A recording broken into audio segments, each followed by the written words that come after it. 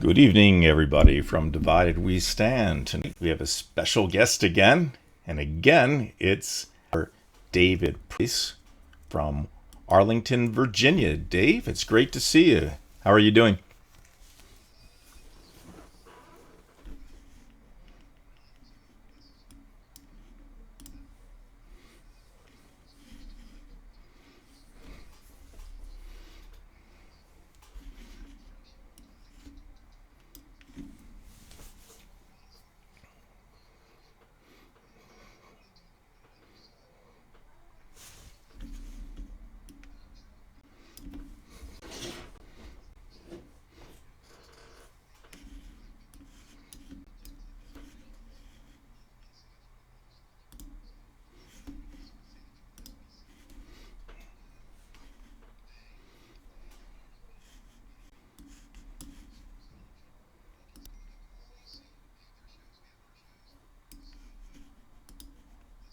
Oh, Excellent, excellent.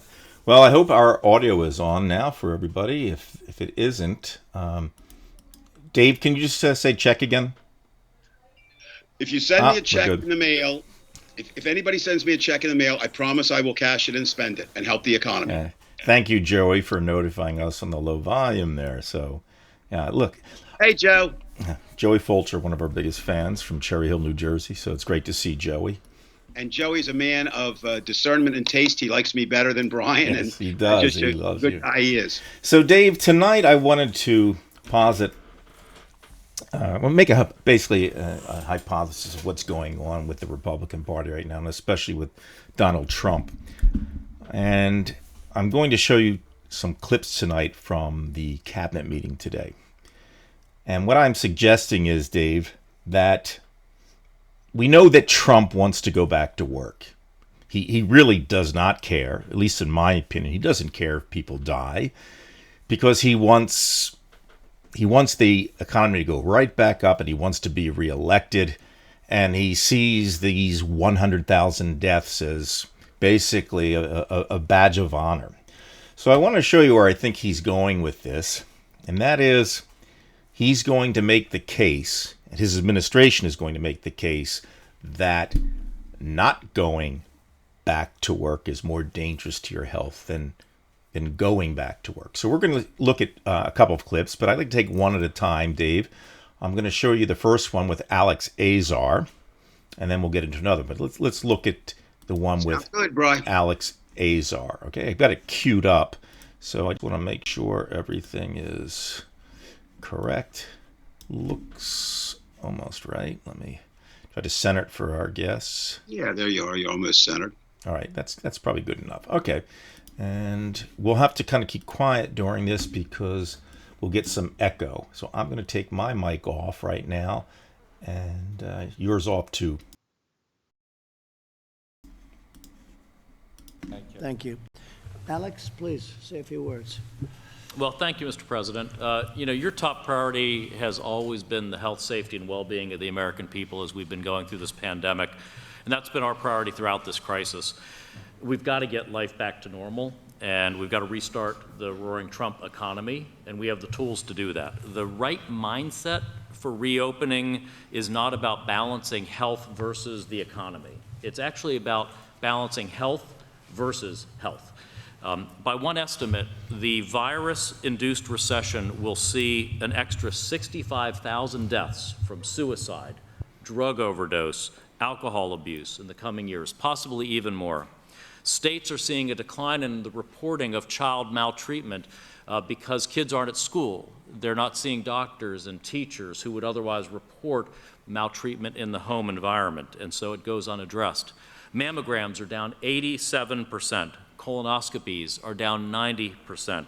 Approximately 1.7 million new cancer cases are diagnosed per year in our country, and if we're seeing an 80% drop in cancer cases identified, we could already have 300,000 or more undiagnosed cancer cases as a result of this crisis.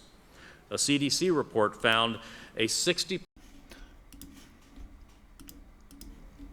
Okay, Dave, I'm sure you can really see the continuum with this. And as I've Ah, said, my suggestion is they're now preparing to manipulate the masses of Trumpers who are actually going to think this is a health issue by not going back to work. What say you? Let's start with the fine man there. The first three statements out of his mouth were ridiculous. Okay. Number one, the roaring Trump economy. Come on, man. It was set up for him. He came in.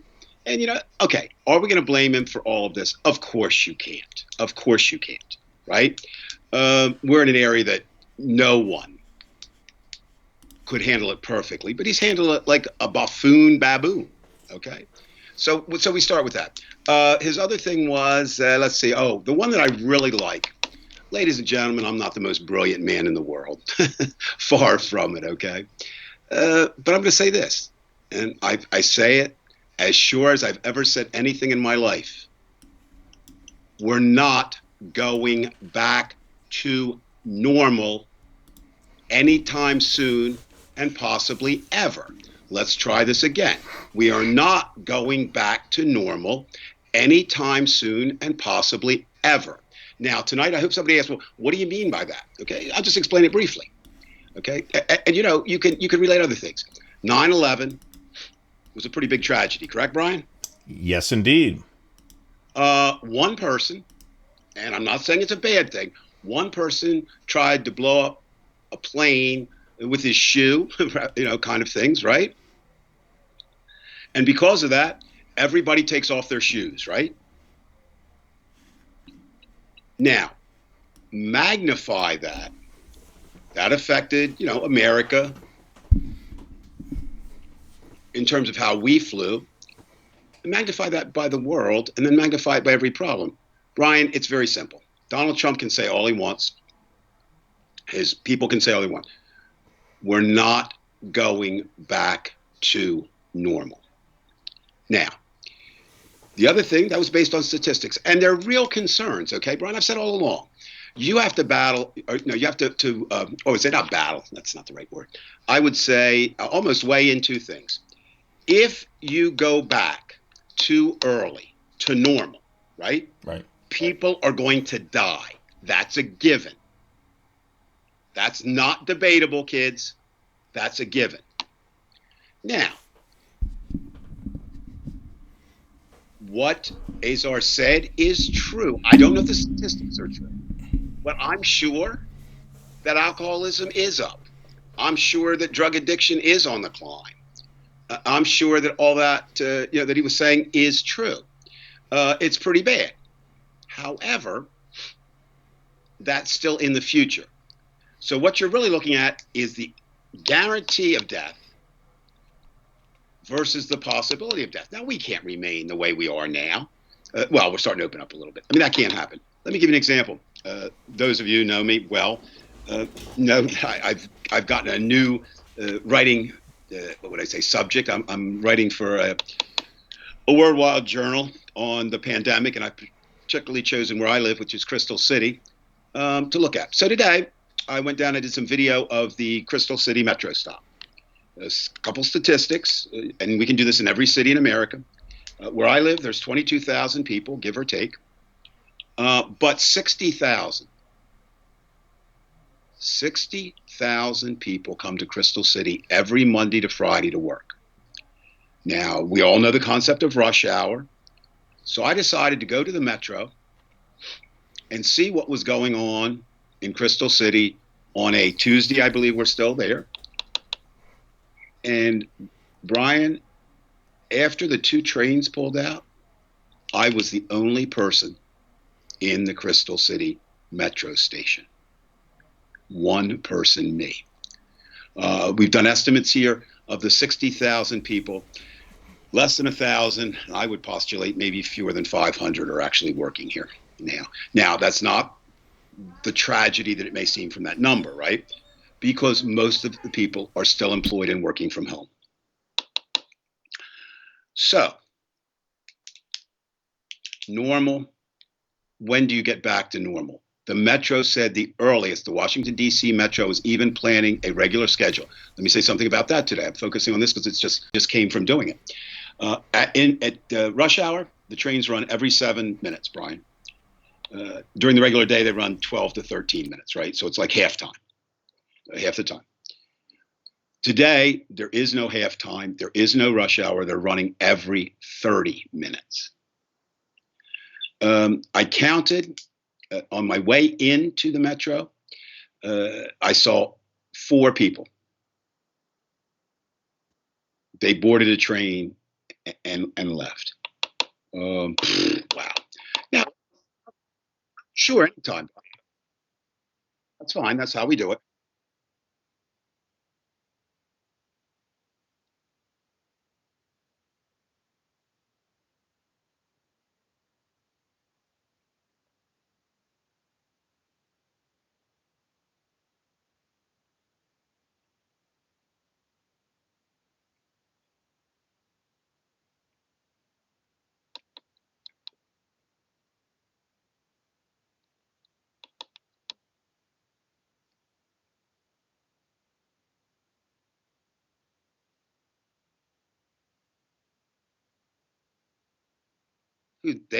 Who's they? Look. Some people know that. Remember James Carville? He's my favorite. Okay, good old boy, smart, smart boy. And he said, "It's the economy, stupid." And basically, that's what a presidential race is. Once in a while, you get an anomaly. Something happens. This could have been one of those years. But I don't think so. So Trump knows this. He knows a few things, Brian. And Trump is not stupid, okay? Mm-hmm. He sounds stupid. He acts stupid. Mm-hmm. He looks stupid. But he's not, nobody could be that. Well, no, nobody could be that stupid. So here's what Donald Trump knows. He knows a few facts. Number one, he can say all he wants. He knows he's losing right now in the polls. There's some amazing things. Now, again, I'm the first one to say, be wary of polls. There's too many out there. But if you take the aggregate, he knows he's in a much worse position today, poll-wise, running as an incumbent than he was as a challenger. Let me pick up on that. The American people did not want Hillary Clinton because she represented more of the old same. They wanted Donald Trump because he was something new. He was something exciting. He was a fucking reality TV star. But you got to give him, he had no political ties. He could be a Democrat. He could be a Republican. He could be a Libertarian. He could be a Green Party. He came from nothing. So they kind of excited about that. That's I'm giving some credit for that. There were the haters and that went with him. So he knows he's got to do something. Well, he knows he kind of came in on the economy, right? Remember, every day, my economy, my economy, my economy. Well, okay, it's your economy. Again, I may be wrong. If I do, I'm apologizing now, but I don't think I'm going to be. Before this is done, unless there's some miracle out there that we're not aware of, the unemployment rate will be higher than that of the Great Depression. One. Number two, in the Great Depression, you could come back, right? A restaurant closes, correct, Brian? Mm-hmm. And it's still there. And so John had the restaurant. He can't make it, but Joe says, I can, and opens it up. That's not going to be this time. A restaurant sits open. The number, and ladies and gentlemen, if anybody knows a different one, please tell me, but the number I keep finding everywhere is basically a half. What does that mean? Everything is going to be a half. Half the number of people can get on a plane. Half the number of people can go to a movie theater. Half the number of people can go to a restaurant. Half. Well, if only half the people come, doesn't it logically say that maybe as much as half, but at least a third of the jobs will disappear? That's not counting the places that are closed. I just want to do a couple shout outs tonight. Look, the only thing that's a real tragedy in this at this point is anyone who died and the families. Okay. But there are economic things that happen. That says one of my favorite restaurants. In fact, at one point, it was my favorite restaurant, The Source. It was next and part of the museum when I worked there. It's closed, done for good, pulling out. It was, pretty established, but the margins are thin, even for the big restaurants. Ben's Chili Bowl. If anybody's been to Washington, D.C., that's the place you go, right? The home of the half smoke. Legendary. the owner, Virginia Ali, said, I don't think we're going to make it this time. We made it through the riots. We made it through everything else. We made it through supporting Bill Cosby, although she admits now, that was a mistake, and I can see that. She said, I don't know if we're going to make it. Ebbett Grill, right? Which you can almost see from the White House, and this is going to get us back to Donald Trump. Ebbett Grill, institution. They don't know that they can make it. So Donald Trump knows all this. So what's he going to do? Well, the Hail Mary pass in football? And for anybody who's up, for Hail Mary, it's basically what you would think. You throw the pass up and just hope that Mother Mary guides it in the hand of your receiver and you score. No, there's not a chance. He has to throw the Hail Mary economic pass. Okay, I've got that. The problem is this is not a football game. These are lives we're talking about. So if we open the economy too rapidly, people are going to die. Now, that's bad enough. But what's going to happen? We're going to go right back into shutdown mode. Right. And here's the thing. We've been in shutdown mode. According to my estimation here in D.C., March 11th is kind of the date I used. I mean, maybe a couple of days later, but basically March 11th. And that means from March 11th until today, or let's say until last week, because places started opening up last week, all that time is going to be wasted. Nothing happened except we did. I mean, let's be honest. We did get the virus, somewhat under control. But if we open to get up again too early, not going to happen. So, Trump lives in fantasy. Mm-hmm. Trump lives in lies. Trump lives in belief. Trump thinks that if he says it, which is fascinating to me, if he says it, it's true. It's not. Okay? So do I understand what he's doing? Absolutely. Would I do it? No. Would a normal person do it? No. I don't think. We have, and I don't have it, Brian. I mean, it's real easy to sit here, and poke holes at everybody, right? Mm-hmm. But I do know this. A, we're not going back to normal. So if we're not going back to normal, let's at least be safe as we approach and people, I love this one.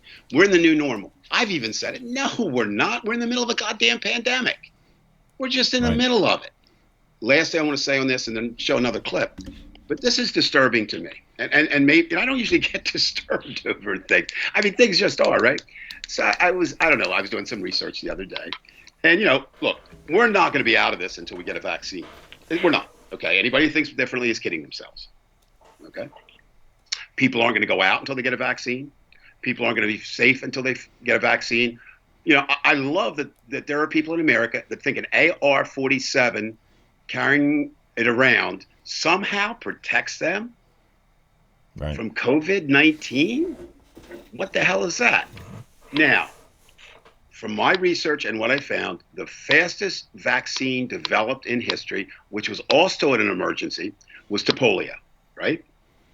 It took 4 years. That's the fastest. Now, is science better than it was in the 50s? Yes. But greed is also bigger now than it was in the 50s, right? I think Jonas Salk kind of turned that thing over, didn't he? I don't think there was an oral vaccine in 53, I believe, but they couldn't mass produce it. It wasn't until Salk came about in 55. Right. So it took time. It took a lot. And Salk didn't ask for any money, by the way. That was another thing. That's what I just It's said. not the same thing this year, right? It's a different world. Right. Who the hell is going to do that today? Right.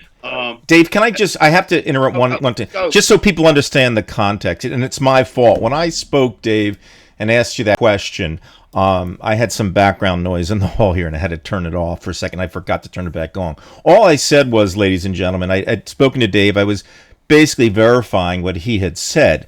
And I said that, there was an article in the Times or on CNN basically saying that even if the Republican Party gets the United States back to work, they can't force the urban areas, even in the red states, to come back to work. They can't force the blue states to get back to work. At least it's going to be tough for them to do that. So unless they get the help from the liberals of the country, they're not going to get what they want, which would lead to what Dave is saying with the 50% or whatever percent, because it's not going to get to where it was. Now, however, as I said in the beginning of the show, they're going to try to twist the perspective of what the real problem is. Now, I think, Dave, everything you said is right. We're not going to get back to normal. The economy is basically in depression mode, the unemployment rate. But again, if you come about it from a psychological or a marketing standpoint, I believe that, and we'll get to this with the clips, but I believe that the Trump administration simply wants to get the perspective that we're not in a depression, the perspective that we're doing okay. Okay, I want to get the perspective that I'm the handsomest man in the world. It ain't going to happen. I want to get the perspective that I'm the smartest man in the world. Ain't going to happen. There's certain things that can't happen. Unfortunately, a lot of people get influenced, and I'm not putting them down. I'm not above this too. Is we hear, it's like sort of like confirmation bias, but it's a little bit different. We hear what we want to hear, or we think, and there are people who tell us what we want to hear. America wants to get back, right? I mean, I understand that. Now, there's some of us who don't. And what I mean by that, I want to go back, economically, but I don't know if we should have billionaires, right, that have unlimited money. Do you know, listen, this is another statistic. Look, I'll give Jeff Bezos his props. I want to become my best friend. His first office building is 3 buildings from where I live. So, Jeff, if you're listening, hey, man, I like you, but here's the thing. Jeff Bezos is going to walk away from this. It is devastating the country. He's making a fortune. I did the statistics this week.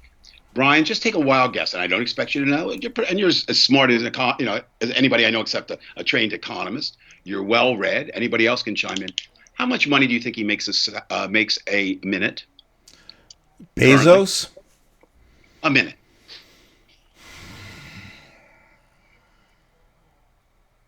Not an hour, not a day, a minute. A minute. Mm-hmm. I'd say $1 million a minute. No. I don't know. No. Here's what he does make. Now, think, everybody who's listening to me, everyone out there, and tell your friends this too. Now, I'm not picking on Jeff Bezos, because remember, he did have an idea, and it did start in his garage. Okay? He wasn't like Trump. His daddy didn't hand him $1 million. And Trump lost it. But, so Jeff, yeah, okay. I think he's lost a little perspective. Jeff Bezos makes $119,500 a minute. A minute. Now, ladies and gentlemen, how many of you make $119,500 a year?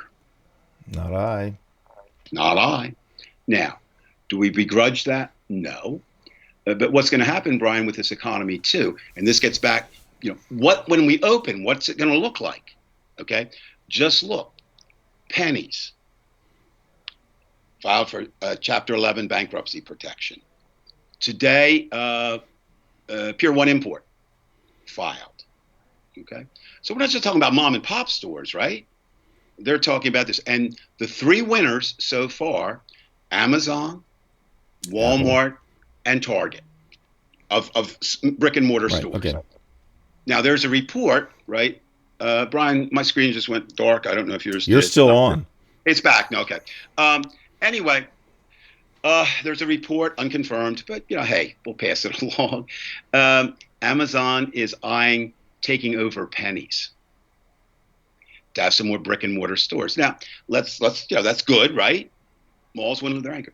Have you been in an Amazon store? Have you ever been in a brick and mortar Amazon store? Never. Everything is done by kiosk.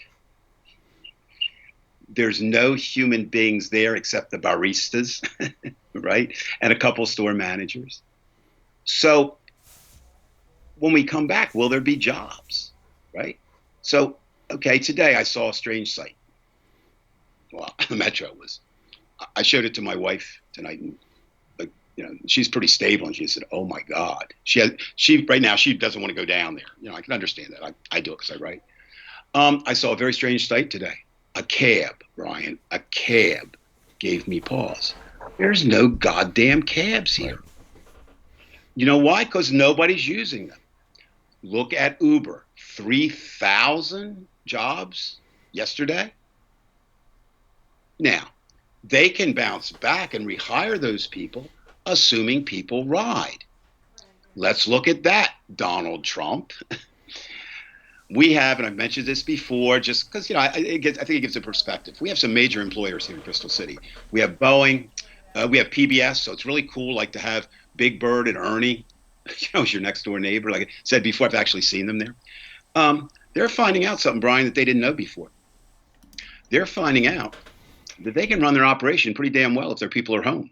What does that mean? Their people are safe, right? Safer in your home than coming to work. It also means they don't need 14, 16, 24-story buildings, right? They can run on a floor. Do you know how much money that saves? Now, okay, you say, but they're still working. Yes, they are. But guess who's not getting that money? Landlords. So what are they going to do? They're going to up the rents, right? What does that do? I mean, it just goes on and on. If Donald Trump were smart, and I said he wasn't stupid, I didn't say he was smart, there's a difference. He should be calling the best minds in the country and saying, look, this is really fucked up. We're in serious, deep shit here. And every way we look, there's serious shit. How are we going to make this economy work? And how are we going to make it safe? I have a suggestion for you, Donald. I don't know if you'll listen to it, but I would say that. Go back. I know you don't read, so I understand. And he may be dyslexic. I shouldn't make fun of him. I mean, there are indications that he doesn't read because he can't. And I'm not going to do that. But so if you can't read, Donald, have somebody read it to you. I'm not being smart. I can be very smart-ass. That's not being smart. Go back and read something about some of the things FDR did, right? With the New Deal, with the public works projects. It's going to take something that massive. So where do you look at? Our infrastructure is falling down. 2 weeks ago, a bridge crashed here, a train bridge that stopped train travel. There was no way to get Washington South or Richmond North until they could get the... Well, aren't you answering the question for him by basically saying, hey, why don't you have an infrastructure bill? That'll just bring us back.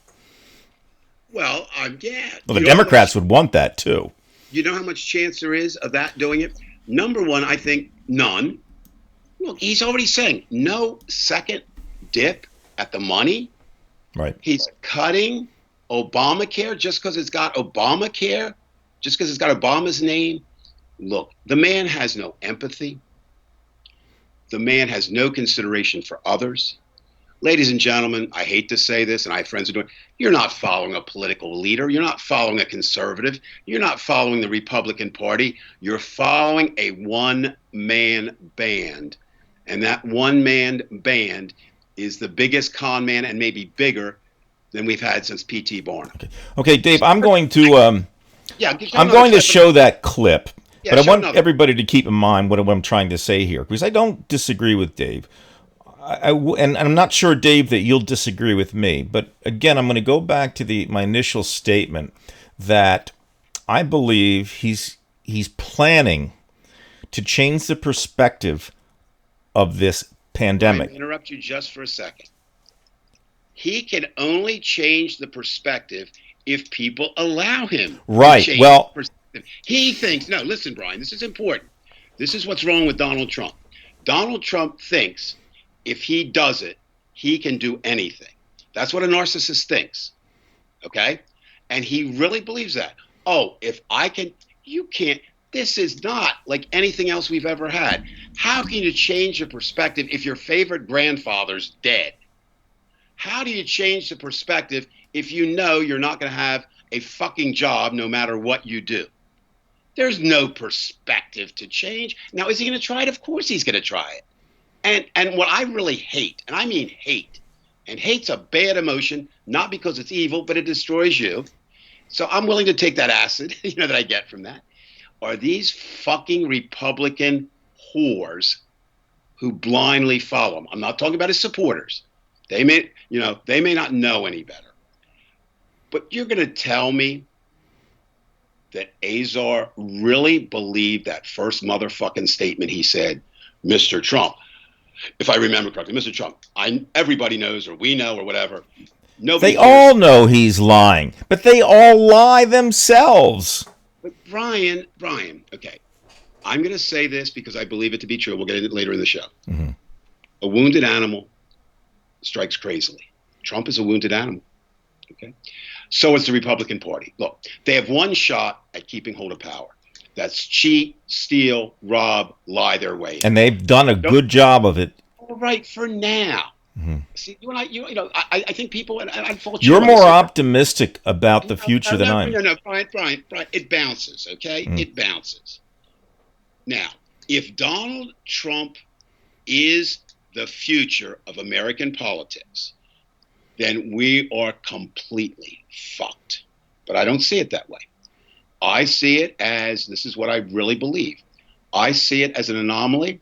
It was a perfect, and I hate that word, so I'm not going to use perfect storm. I think that's what it was, a perfect convergence of factors, including Hillary Clinton, Donald Trump, the election when it was, a black president who, by the way, if anybody watched that, and I don't care if he's black, green, orange, blue, if you watch Saturday night, that speech, and compare it to any speech that Trump has ever made, there's no fucking comparison. And I shout out to my conservative friends. I've had some, no, fuck you. You're wrong, okay? You're entitled to your opinion, but you're wrong. Right. And I can point that out. I'm not mad at you. Right. You know, I like to think it's hilarious, but you know what? It's not, because you're helping Donald Trump destroy America. Whether you're inside, right? Whether you vote for him, whether you work for him, whether you're Ivanka who shows your breasts for daddy so that he can lust after them. Ivanka was going to keep him in line. Yeah, okay. Never happened. Jared Kushner. Apple doesn't fall far from the tree. Jared's not dumb. But I believe his father went to jail. Is that true? He did some prison time for ripping off the American people. So Jared has that in his background. Now, Tweedledee and Tweedledumbest, that would be Trump's kids. Eric, I think this is what this is. This is a Democratic plot to keep my daddy out. And boy, when the election's over, you won't see this anymore. It'll go away. Eric Trump, here's the deal. You have far more money than I ever will have. But if this is a Democratic plot or a ploy, and it does go away the day after election, I will take every cent I have. I will bring it to you at the White House. I will give it to you, and I will start the fuck over. But here's the other thing. If it isn't a Democratic plot, and if it isn't a Democratic ploy, you will never open your goddamn fucking mouth in public again. That's my challenge. Take me up. I forget, is that Beavis or Butthead? I can't remember which. I don't know, Dave. I don't watch it. It's the dumber one, which is like saying it's the smallest goddamn pygmy. But it's the really fucking dumb one. Okay, That's Dave, before I do have things to say to you about what you're saying, because I disagree with certain things. But I want to go back to the next clip. Let's just watch the clip for a second. I think that's well worth it right now. And then I'll get to the rest of it, okay? So, again, we're going to have to kind of be silent here. And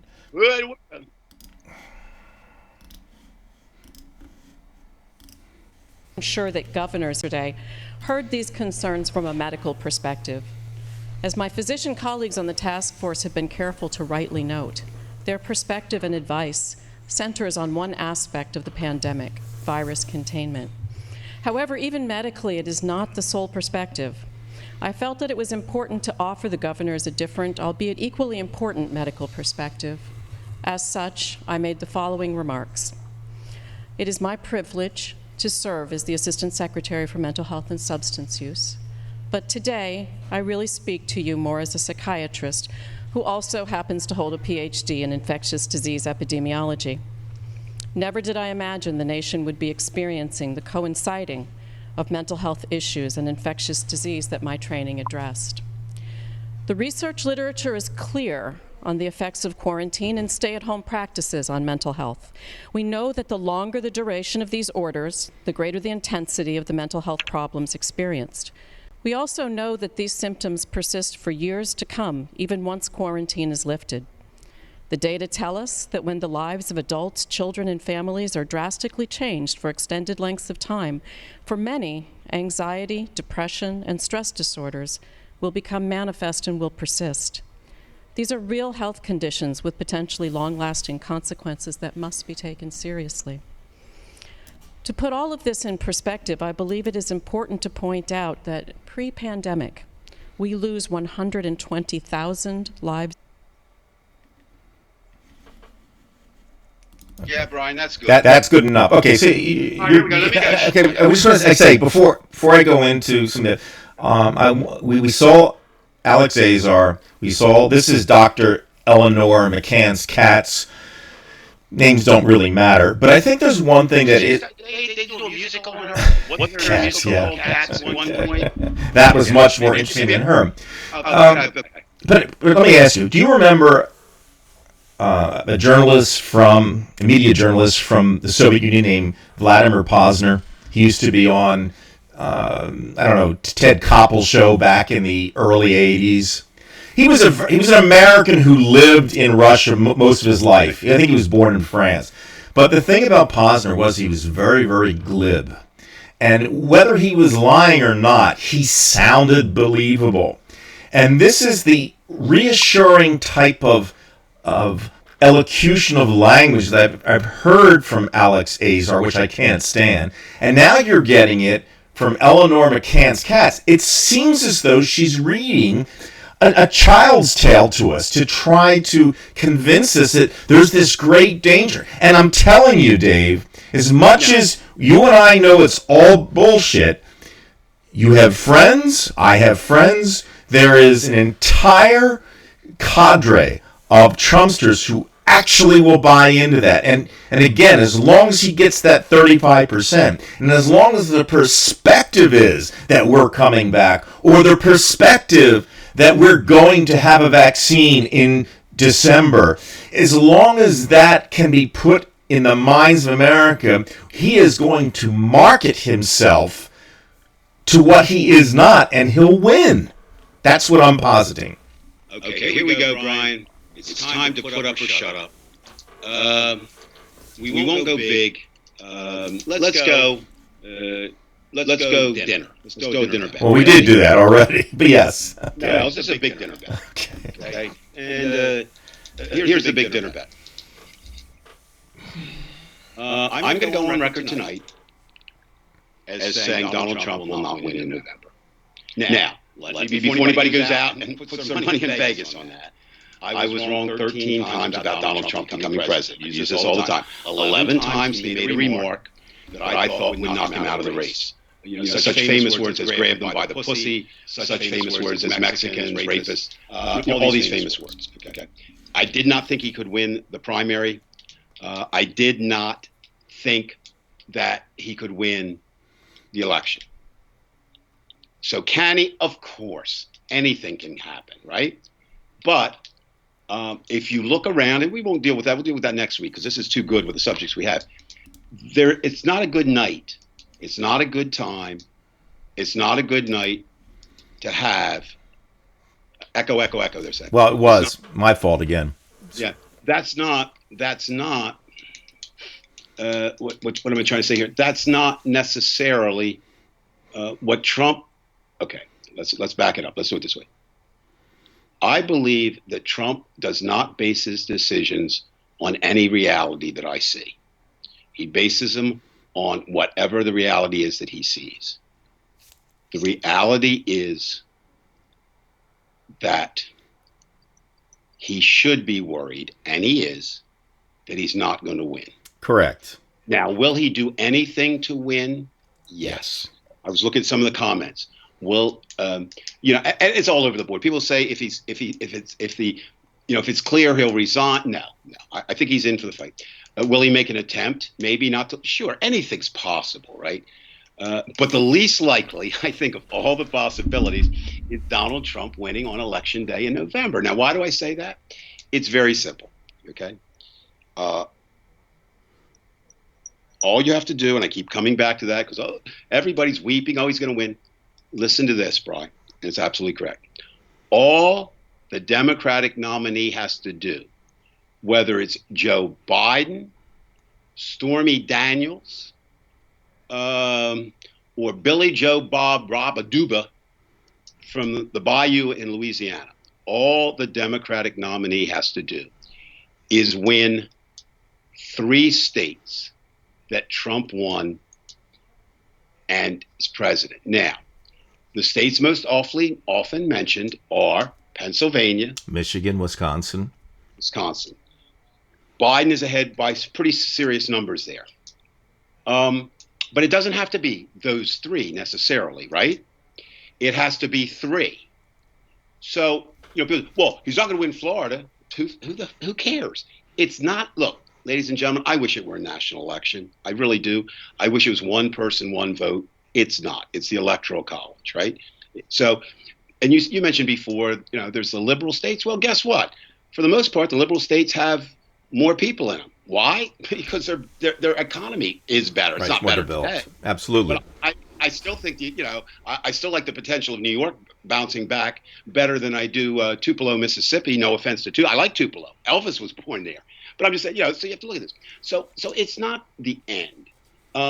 Again, I always vowed I would not attack my friends in the news media because I spent so long there as a journalist. And as I've said before, I consider myself a working journalist again. The difference is I'm freelance.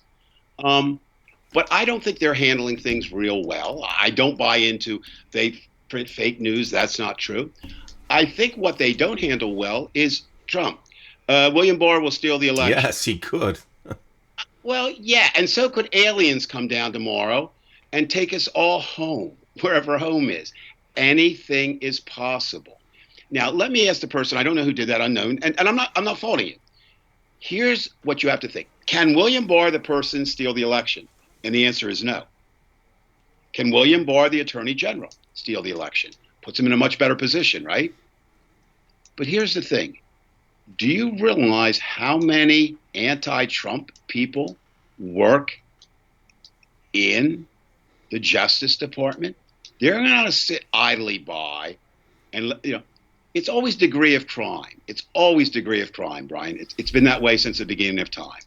You don't get so upset with the jaywalker, right? But that's against the law.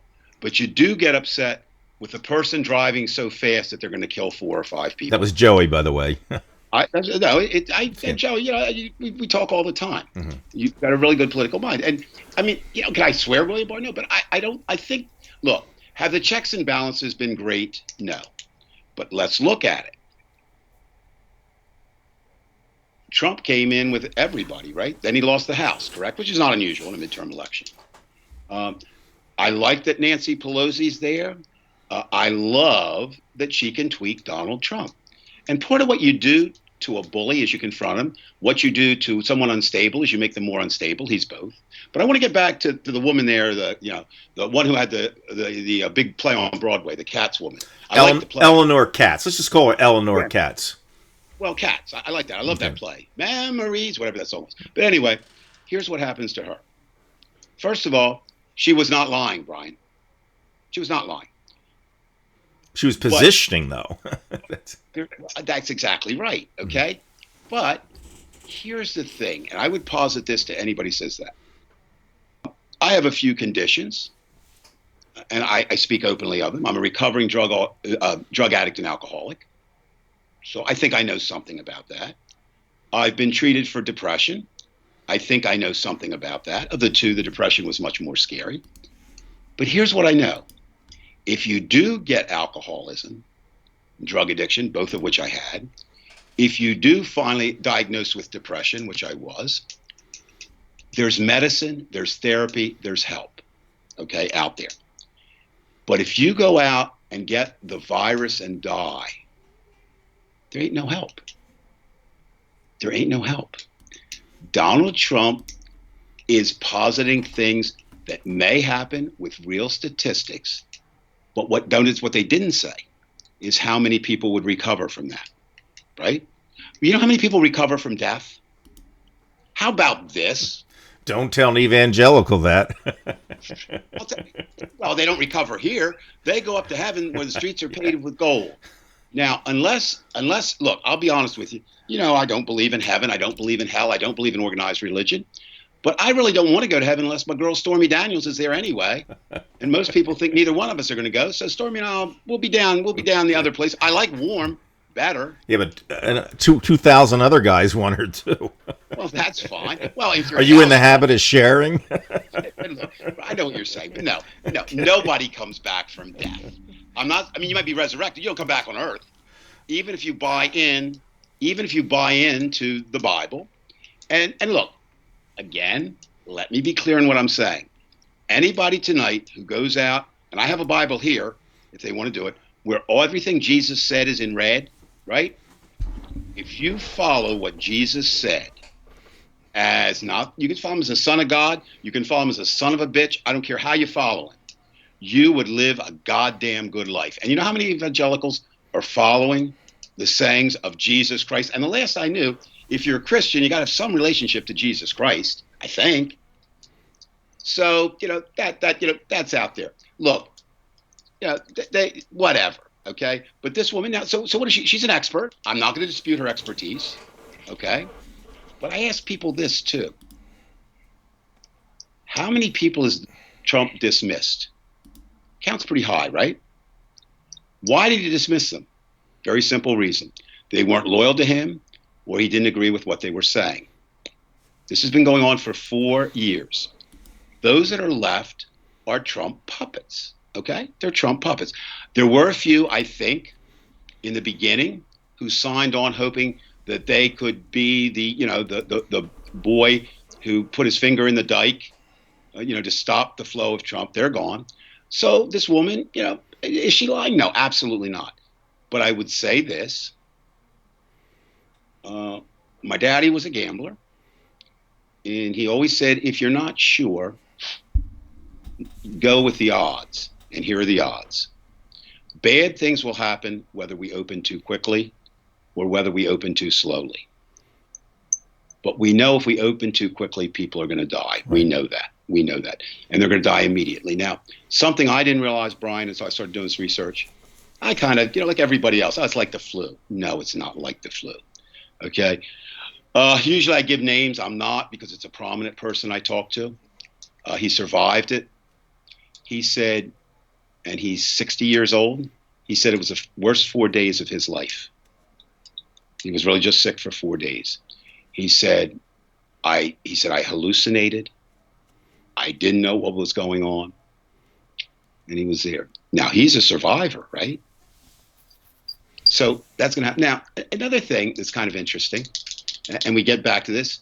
Okay, I love how, he's a bastard. He's not opening up, whether it's Murphy or whether it's Cuomo or whether it's whomever. It doesn't matter. It's, the Republican governor of Ohio is taking a pounding. Mike DeWine, right. Yeah, because he closed the place down.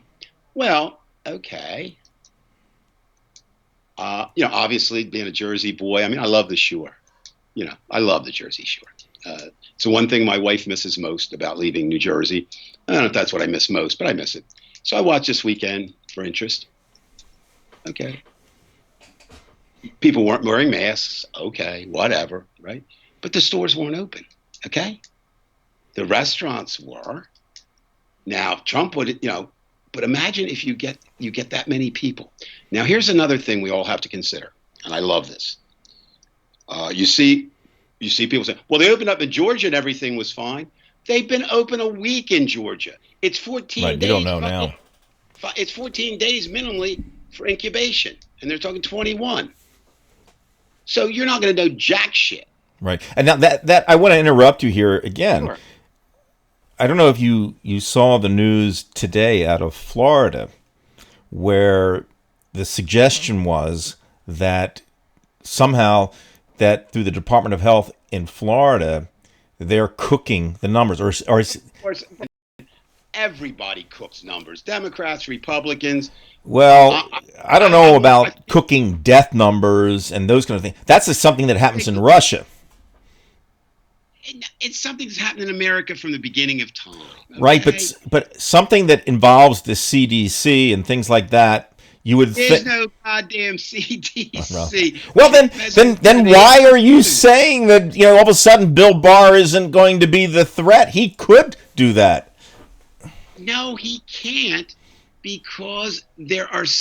Okay, let me rephrase. He's got It what was he going can against do. him? The He Supreme has a lot of Court. power. Nobody has the ultimate power. You know who has the ultimate power? Even though we don't believe it, the people. We still do. Okay, we still do. Uh, okay, so Mr. Trump, I want to talk about this. So now's a good time to bring in. By the way, whenever I say this, and sometimes I say it wrong, so please correct me if I say it wrong. I love Harlequin. I loved, in the Suicide Squad. So every time I say chloroquine, I think of her.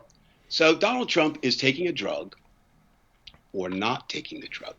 Now, this is what I find fascinating. Americans are split about along the lines, a third, and a third, right? Meaning a third, they don't care, right? A third are saying, oh, yeah, he's taking it. And about a third of the people are not. I know one of them is your wife. Right. She posted. She doesn't think he is. I hope Yeah. he is. Well, yeah. So That's too much of it, too. Now, here's the thing. Let's look at that. Okay. If he's not, then he's a liar. Correct? Right. I said I am, and he's not. We'll come back to that.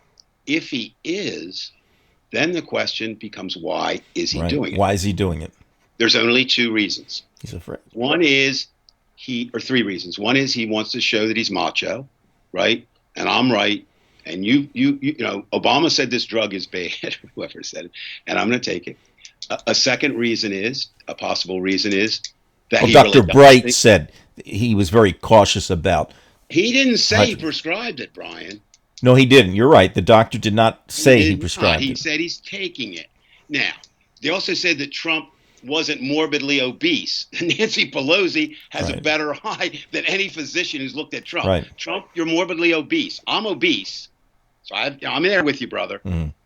You're heavier than I am. So he's taking it, one, or maybe he really believes it does do good. Now, what that means is that's not good because I have not seen one piece of reputable scientific evidence yet that says that it cures that particular disease. What I have seen is it causes a whole raft of side effects that you don't want to get. So why would Trump do that? The reason he would do that is, Brian, I believe he thinks he does know more than scientists. Anything that doesn't fit into Donald Trump's mindset, lifestyle, belief, whatever, is not true in his mind. The third reason, the most nefarious of all, that he's figured out a way for he and his buddies to make money. Because the only two things motivate Donald Trump: his ego and money. That's it. Nothing else. So let's get back to he's not taking it. Can we prove that? No. But can you really believe, could you even conceive of these circumstances that any president in your lifetime would have stood before the American people and said, I am taking this drug, and you weren't sure if he was or he wasn't, and you're not sure if he's telling the truth or telling a lie? Let's try that. Let's go through the presidents in my lifetime. And people, please answer out there. Dwight Eisenhower. Did you see him doing it? Not a chance. Okay. John Kennedy? He wouldn't publicly state it. No. No. But he in other words, he was taking all kinds of drugs, including what today we call speed, right? But he didn't tell people that. He hid it. Right. And that's different. I mean, you can argue, but I mean, that's different than saying I'm doing it and not. All right, let's move on to Lyndon Johnson. He was too busy lifting Beagle's ears. Mm-hmm. Lyndon lied like a rug, but he didn't. All right, who'd we get next? Oh, Dickie. We get Richard Nixon. I don't think Richard Nixon would have lied. I mean, Richard Nixon lied about a lot of things. I am not a crook. The American people. Well, yeah, you were, Dick. But I couldn't see him doing that. Gerald Ford. I don't see him doing that. Jimmy Carter. No. Not a chance. Reagan? No. No, not doing that. And we go on Bush, Bush. No. Clinton. Clinton. No. I did not have sex with it. Billy, I love you. I still do. But I really want to talk to you sometime before you waste away there. What the hell were you thinking? I mean, I know, confronted with my wife. Did you have sex with Stormy Daniels? No, hon, I didn't. I mean, I know it looks bad. I mean, we all do that if we get caught, but we're all not president of the United States. But, Billy, why'd you do that? But okay. But I don't think he would do that with a drug. Baby Bush? No. Barack Obama? No. Donald Trump? Absolutely. So here's where Donald Trump is, ladies and gentlemen. And here's where I'm going to try to convince you, and I'm not if you're a Donald Trump supporter, and I don't really care. My vote will cancel out your vote. I hope enough people join me that we cancel out all those votes. But with Donald Trump,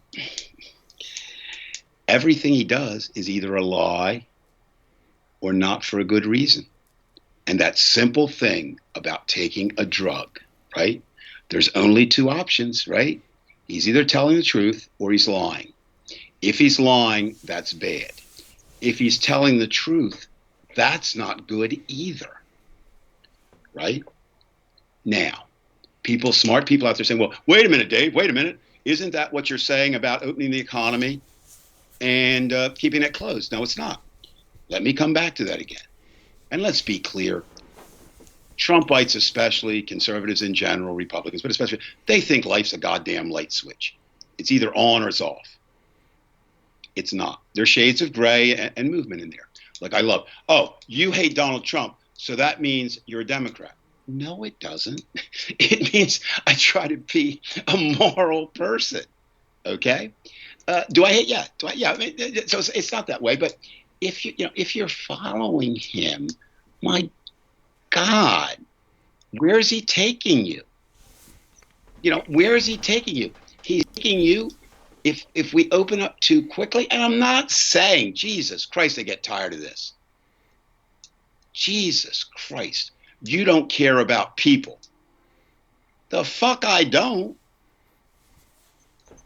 There is a way, Brian. I don't have it. I'm not smart enough. But there are minds out there working. I'd volunteer to help them. I mean, I'm just not smart enough. There is a way, if you accept the reality is we're never going back to normal, at least not for a decade. At least not for a decade, and maybe ever.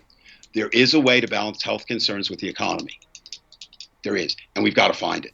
And Donald Trump doesn't have it. Well, I would just, first of all, I want to just clear one thing up that I think we can agree on. Would you agree with me after watching just those two statements today that they're going to attempt to spin this health issue? They're not going to attempt to spin. They are spinning. Okay, well, then we're in agreement. But here's the thing, Brian. Here's the thing. Spin is nothing new. Okay? Right. Nothing new. It goes back to the founding fathers who spun. Okay? It's part of politics. But he has a network behind him now. Well, let's look at the word network. He attacked Fox the other day, which is kind of surprising because that shows who he is. Guys, listen, look, if you told him today, Donald Trump, I love you. And tomorrow you did something that he didn't like or thought he didn't like or whatever, he doesn't he doesn't have that loyalty thing. But let's look, is he going to spin? Yes. But here's the thing with spin, Brian. It's your duty, responsibility as an American citizen to determine whether you're being spun or not, right? Spin only works if you allow yourself to be spun. It's that simple. Donald Trump doesn't control jack shit, and neither does any president ever when it comes to the individual, right? Well, say that again. Say it one more time. I got all that. Okay. I'm just saying, we allow ourselves. And Donald Trump is spinning, and I expect that. I expect him to throw everything. Now, why do I expect that? But he's not spinning to you. He's spinning to your friends. He wants to lock them in. Brian, no. They've already been spun. He ain't unspinning me.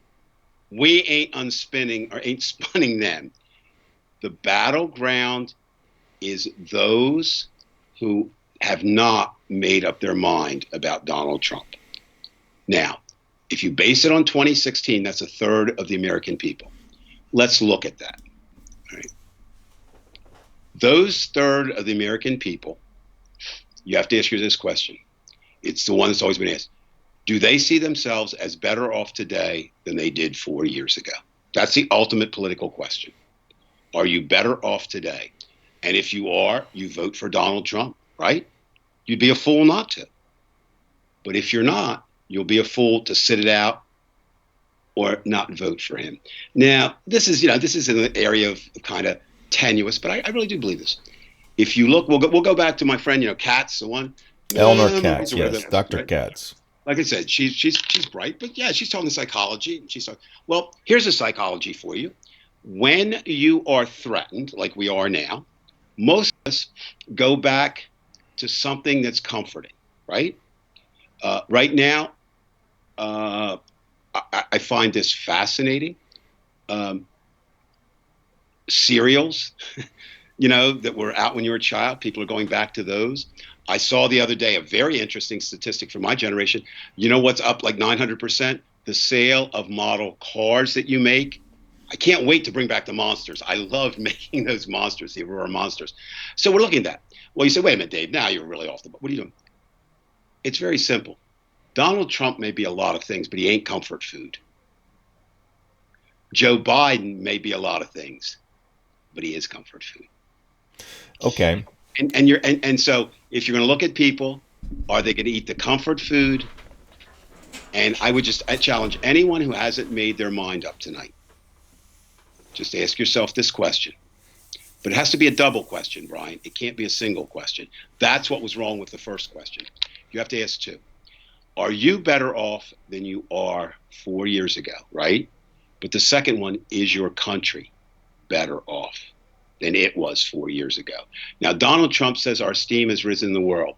Well, I read articles today that said the entire Western civilized world has a name for him. Buffoon. Perfect. He's going to pull out of who? I'm not sure. I think what he thinks is, I think he's not going to play with Peter Townsend and Roger Daltrey. I'm not sure he knows what Who is. He thinks, I don't like that band. They did Tommy. Whatever. No, come on. That's another ploy. And what he does is, then he can say, well, and China. I love that. China. Blame China. We went through all that last week, right? Look, he has to have whipping people. I would also say, please do this if you're undecided. Listen to this. Take any speech that Donald Trump has made, anyone, right? Listen to it carefully. Take any speech that Barack Obama ever made and listen to it carefully. And understand that Joe Biden is an extension of Barack Obama. He's not Barack Obama. And then ask yourself, who do I want leading my country? I don't see. Yeah, I know that third, I call them the lost wandering children of the devil. They're not going to change. If anything, Brian, I find them more entrenched today than they were when he was elected. I have a number of friends. Oh, he's not my choice, but he'll be good. And now suddenly it's gone for, oh, he's not my choice, but he'll be good. I actually had someone, I was floored, who said if Donald Trump didn't open his mouth, and this is someone who I respected and liked, he could be in position to be the greatest president ever. At that point, I said to my friend, I said to my mom, what the hell happened to you? What the hell happened to you? Right. So, Brian, what else you got on your mind? Okay. I don't want to keep playing devil's advocate because I'm really on par with you as far as my mentality about this entire thing. But example, the last 2 weeks, you have very eloquently described the situation that confronts us in terms of the vote. If you are someone on the far left versus the left, and that there are many, many people on the far left who say Bernie or nobody. And after describing that wonderfully, why, like the comfort food, that kind of thing, I Right. posted something about that more or less on Sandy's Environmental Coffee House page because I thought it was important to put it on that page because that's where your far left is, the environmentalists. I would agree with that. And I would say 90% of them were upset with Bernie because Bernie said it would be irresponsible not to vote for Biden. Now, you know, like yourself, I believe that Bernie's right. It would be irresponsible to go third party. But so many people, they'll just come out and say, well, Biden is, he's a rapist or whatever you want to call him. I forget how they Okay, put it. stop there just for a moment, Brian. I want to address that one thing. Okay. All right. Again, I'm using my daddy's numbers tonight. Okay, so it's a tribute to my daddy, I guess, the gambler. Okay, let's assume, as horrific as it could be, let's assume that Tara Reid is telling the truth. We don't know if she is or not, right? We don't. We weren't there. I wasn't there. We don't see it on camera. Even if you see something on camera, is it etc. Now, to my knowledge, that is the most serious allegation made against Joe Biden. And basically it's this, if I understand her. When I say new version, I shouldn't say that. But her versions have not been consistent necessarily. Her new version is, and I'm going to be very graphic here, folks, so if you've got kids, put your hands over their ears, what we used to call a finger fucked her. What it means is he took a finger and inserted it into her vagina without her permission. And that's pretty goddamn heinous, okay? If that happened. Notice I put the in there. Now, what's the number now? 23, 27 women have accused Trump. Now, not all of that, but at least probably more than half of those are worse, equal or worse, right? So, being a practical man, I'll take, it's an imperfect world and you got imperfect candidates.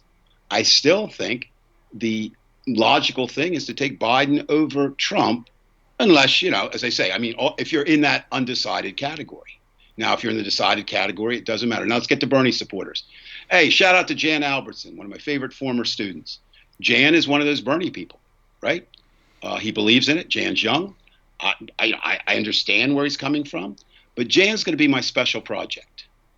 And Jan, I'm going to try to tell you in logical terms why you should do, not tonight, but privately, or we'll do it publicly, Jan. I go on with you because I really respect you. I understand where you're coming from, and tell you why, as someone, and I don't throw this out lightly, but I had occasion, as you know, this week to return in some form as a teacher. So I'm back in my teacher's mold, and I really did love my students. That's not just words. I did.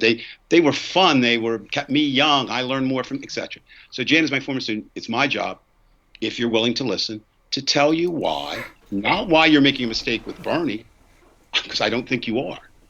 I'm telling you why you're making a mistake if you were to vote for Trump, which I don't think he would do, but why you're making a mistake to sit it out. And I think this, if every American who's opposed to Donald Trump, and I believe that if you are an American and you believe in anything American, you should be, obviously a third of the population disagrees with me. If we each found maybe a Jan Albertson of our own, right? And if we each found somebody who we could say sat it out last time and convinced them to vote for my candidate, which is ABT, anybody but Trump. And when I say that, I don't mean libertarian. I'm saying anybody can win, right? Which unfortunately, whether you like it or not, is the Democrat, whether it's Joe Biden or whomever. Then we're even more along the road to victory. I hope the Democratic Party doesn't make some mistakes. Hillary made this mistake, and I'm not faulting her. It's like, people say, well, you're faulting. No, okay? She was, like most of us, overconfident. She didn't see herself losing, not from the egotistical thing. It was... The polls looked like it was going her way. Now, so, and people, if she'd done this, if she'd done that. I don't know that. But I think one of the things she did do, maybe, and I saw her do this, is she got a little greedy, and she thought maybe she had a chance in Georgia, and maybe she had a chance in Florida. And she kind of overlooked Pennsylvania and Michigan because she thought we got them, right? I did too. Well, this time, if the Democratic Party does that again or allows their nominee to do that, then they're part of the destruction of America too. Okay? Because to save America, ladies and gentlemen, I believe this as firmly as I believe in my mother and father's love for me. To save America, we must get rid of Donald Trump. Now, people say to me, but Dave, he's not the problem. As long as, it's the others, it's his supporters. All right, let's look. Two groups of supporters: those who voted him in, right, and those who are working for him now. If you get rid of Donald Trump, you get rid of Donald Trump, correct? You get rid of every person in his cabinet. You take away whatever perceived power they have. So you're left with those who voted him in. I understand that. But if they don't have enough power to vote him back in, their power is diminished, right? So that's why this election, you hear, most important election of my lifetime, Doug Raniere, my friend, when he still runs for stuff. I was hoping that he'd run for Congress. Well, no, I know enough about Doug. I could black. But he's got Amy Kennedy's running the 2nd district against. No, what, big Doug, name. I loved. He's the only politician in my life I've ever actively worked for. Doug's wonderful. And that's Barack Obama. They're the two that I actually worked for. And Doug, I worked because he was my friend. Barack, I worked for two reasons. One, I thought he was the best candidate over Mitt Romney. But also, I wanted to learn what it was like to work on a presidential campaign. And I'm very glad that I did. Okay. But having said that, Doug and I have talked about this, and I think there's some truth to that. The higher up you go in politics, the harder it is not to be bought and sold. Right? It just is. Again, people, I'm not brilliant. I didn't get in some arguments with my political science professors in college. No. But the idea of this, in politics, there's only one thing that's important. Okay, only one thing. And that's to win. That's it. If you don't win, you don't have the power. Right? Number two, though, there's a caveat to that. What will you do to win? Will you kill your opponent? Will you lie? Will you cheat? Will you steal? Okay, so then we take the other argument. People, well, all politicians lie, cheat, and steal. It's kind of hard to say that they didn't at some point. However, take it personally, people. Politics is personal. Take it personally. They're not lying to some abstract. They're lying to you. They're not cheating some abstract. They're cheating you. They're not taking money from some abstract. They're taking money from you.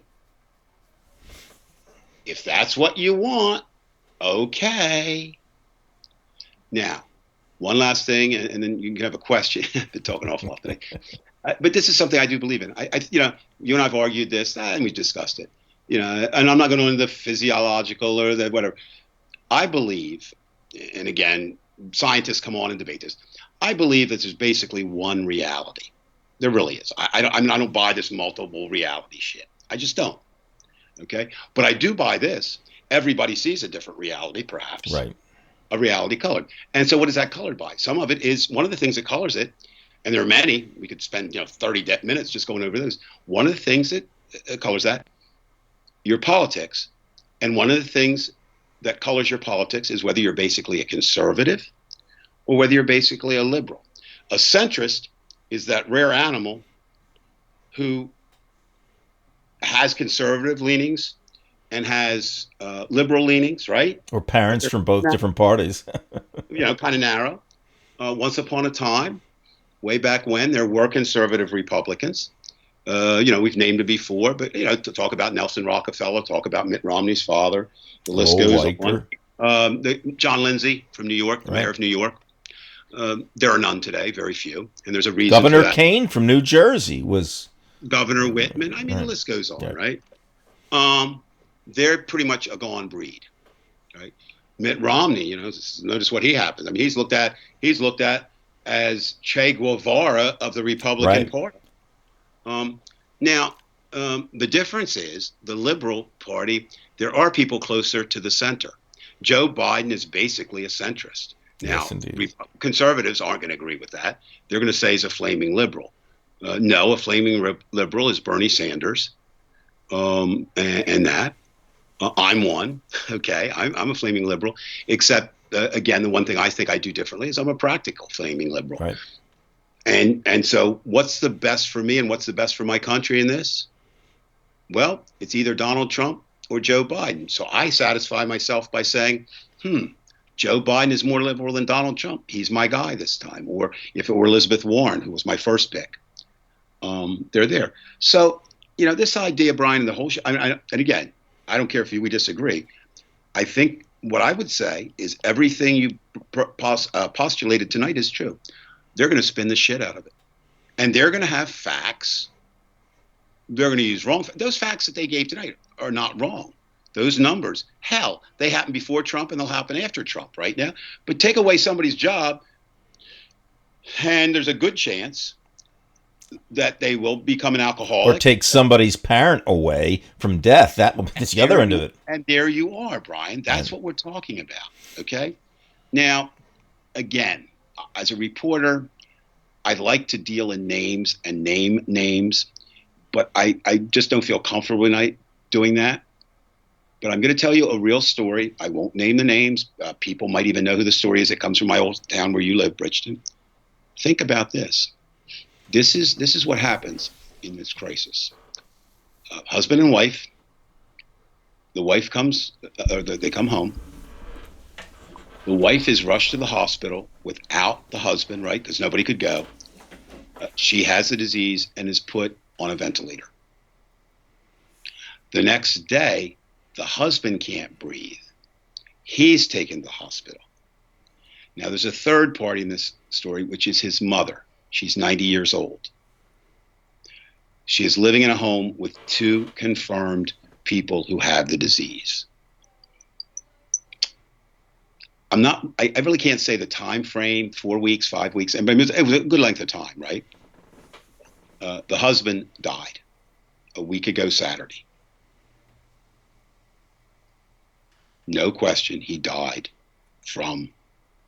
Now, again, let me be specific here. Nobody dies from the coronavirus, just like nobody died from HIV. Right. What the viruses do is they go inside and mess up organs, weaker organs usually, and the one that it seems to like the best, Lungs. just I don't want to make light of something, but I think sometimes, you do. If you put coffee ice cream, right, and banana ice cream in front of me, I like both of them. I take coffee every time, right? Well, apparently it goes for the lungs. It likes the lungs more than any other organ, right? So the husband dies a week ago, and I'm not sure, and it doesn't matter whether I'm sure or not. The people close don't even know if the wife knows it yet. All right. Now, what happened to the mother-in-law? She is now in a nursing home. Oh. Okay, which there's nobody to take care of her, right? But we all know how that works. You Right. and Ronnie better that than some. very well. Okay. So, what happens, ladies and gentlemen? I submit this to you. I knew this was serious. You don't live in fear. I don't wear a mask when I go out, and I wear one every time. And if I forget, by the time I get to the elevator, I realize that, and I come back and get one. And I'm getting better at not forgetting. I don't wear it to protect me, although all things being equal, I don't want to get the disease. I do it for 2 reasons. God forbid that I give that disease. Now, did the wife give the disease to the husband? No, but she's going to probably imagine she did, right? Right. The rest of her life, the man that she loved. What about, and again, do I want the wife to survive? Of course I do, right? I want everybody to survive. But let's say she does and the mother-in-law dies. We talk about we never going back to normal. Do you really think she's going to go back to normal? I don't think so. And the story gets worse. There were also, as far as I know, there could have been more, but there were at least 3 other people in the office where the wife worked who also tested positive, right? They're going to spend the rest of their life wondering, Was I the one that gave it Gave to them her, to- gave right. it to them? And so that's what it is. I mean, guys, grab your guns, with your small dicks. Or maybe your dicks are huge. I don't know. Maybe the guns maybe you got a huge dick, but you want it to be even bigger. And women who follow them, women who love men with AK-47s who seem to have or may not have large penises. Okay? Go out there and protest. Listen. But God damn it, think of what the fuck you're doing. All right? I don't like you to begin with. I don't like any person. And I go on record tonight, and they're wrong. They're fucking more wrong than at least Donald Trump is an opinion. If you're anybody who sits there tonight and says the Second Amendment doesn't allow for regulations, let me give you the first 4 words. Well, actually, it's 3, but these bozos don't realize that a hyphen creates 1 word. Right. So here is a regulated militia. Guys, I know you're not that smart. And it may be because your dicks are too big or they're too little, or maybe the women have said they're too big or too little, but you add the guns. Listen, I'm going to let you know a secret. Regulated comes from the same word that regulations do. Therefore, what's it basically saying? A good regulated, and then fill it out after that. So all we're arguing over is the regulations. But these people, I think it is heinous, horrid, and beyond the scope of America that armed fucking thugs, who probably some of them stay in their mommy's basement and play video games, and they want to play army because their dicks really are small, come out and can stop a government from meeting, and we allow that. And you know why we allow that? Because America allows that, right? I mean, understand that. What are you going to do? Shoot them? Now, I would say to any of my friends out there tonight, or my enemies, and I have a lot of both. They're probably your enemies now. What? They're probably. They're always, well, I don't care. What the fuck do I care? No, that's good that you're honest. So that's what you I'm want going to to tell be. the truth. I mean, I'm not Right. in it to win pop. Now, Right. let me be honest. I've already told my wife. That's the job of the writer, is to be honest. If Stormy Daniels wants to change me and she'll have me, you have to put your priority somewhere. So I would say anything that she wanted me to say if she would have me. But let's look at it this way, Brian. Okay?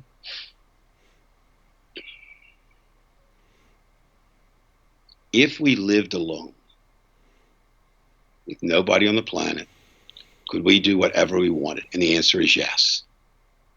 But the moment a second person is there, you have to, in some ways, think of that second person. And that's what I don't get about Donald Trump and the people who follow him. Right. They don't think of that. And I could even understand, Brian, this sounds weird, but I could even understand if they believed that they, being the small dicked ones or the large dick gun nuts or the people who want to go out without masks, if they really thought, hey, this is a way to kill liberals, okay? But see, the problem is that this COVID thing with its little tentacles, and if you haven't looked at it, look at it. They actually suck into you. Not a pretty thought. It doesn't give a fuck who you are. Right. Black, white. Whoa, Dave, you're off there again. Black people are dying. Do you know why black people are dying and Latinos are dying? Because they're in crowded conditions, because we have an unfair America. That's a whole nother show. Why weren't Appalachians dying? I guess it just doesn't attack people who don't have a lot of teeth. I don't know, no. Because they're isolated, right? They're isolated out now. They're gonna get it, etc. That's why it went first. Look where it went: crowded cities, Seattle, right? California, New York, Philadelphia, D.C. But now, you're not protected if you're in the Midlands. So it's like you can't control it. So even if you thought you're going to kill your own people, you're going to kill your mothers, your father, your grandmothers. Okay. The other thing I would say tonight to people who want to carry their guns because they're afraid of a military takeover. I think they're more afraid of, because they're racist, they're afraid of their community. Well, all of that's true. I mean, I got that. But we'll play their game tonight. We'll say that they're having their. They'll say it's the government, but you know what they really have the guns for. Yeah, that of course Okay. we know that. All right, but we'll play their game. I'm fine on their terms. If you really think unless you have nuclear tactical weapons, tanks, jets, helicopters, flamethrowers, mortars, Poisons, bazookas, chemical poison. you really think? And I like what just came up: with every right there's a duty, with every duty there's a responsibility. Absolutely correct. People don't understand that. And it's absolutely Gary Peacock. well, it's absolutely true. It's absolutely true. So, but what happens is you have to understand that. Gary and I've had this discussion. We laughed. It's funny, Brian. I don't want to get up, but it's really true. I think there are many ways you can point the blame at how did we get to Donald Trump. And I think one, quite honestly, and we've talked briefly about this before, but it's worth addressing again, is the fact that most high schools in grades are 9 to 12, they don't teach civics anymore. No. And I know why they don't. It's very simple. Okay. There's only so much you can teach, right? And so basically what happened in history, civics was replaced by world history, which is a good thought, right? We are one world. We need to know about it. But you know what? You need to know about your country first. You really do. And I find it ironic that when civics was in, I remember taking in ninth grade, shout out to Mrs. Wisham, who was about as right wing as you could get at the time, Christian, but she taught me what it was to be an American. And I got that in, and I realized that she wasn't an American in the sense that she believed, as many do, the American, you worship the flag, you worship the person, all that, my country, right or wrong. I'm sure God was in the equation too. It was there, of course. But the idea of that is that what we did learn then, and we just saw the hypocrisy and the fallacy of America, but we knew what it is. And if you look at, people say, hey, yo, Price, you're a communist, you're a socialist, well, whatever, I don't care. But what I'm saying is, what's interesting is, I think the beauty of America is also the tragedy of America. The beauty of America is in the vision and the words that the founding fathers, way back when slavery was the norm, when killing the red men to take their land was the norm, when the norm was we the people met we the white men with some education and some land. Out of all that, they gave us some really cool documents that if we followed would be really cool. So what's the tragedy? The tragedy is we don't follow the documents.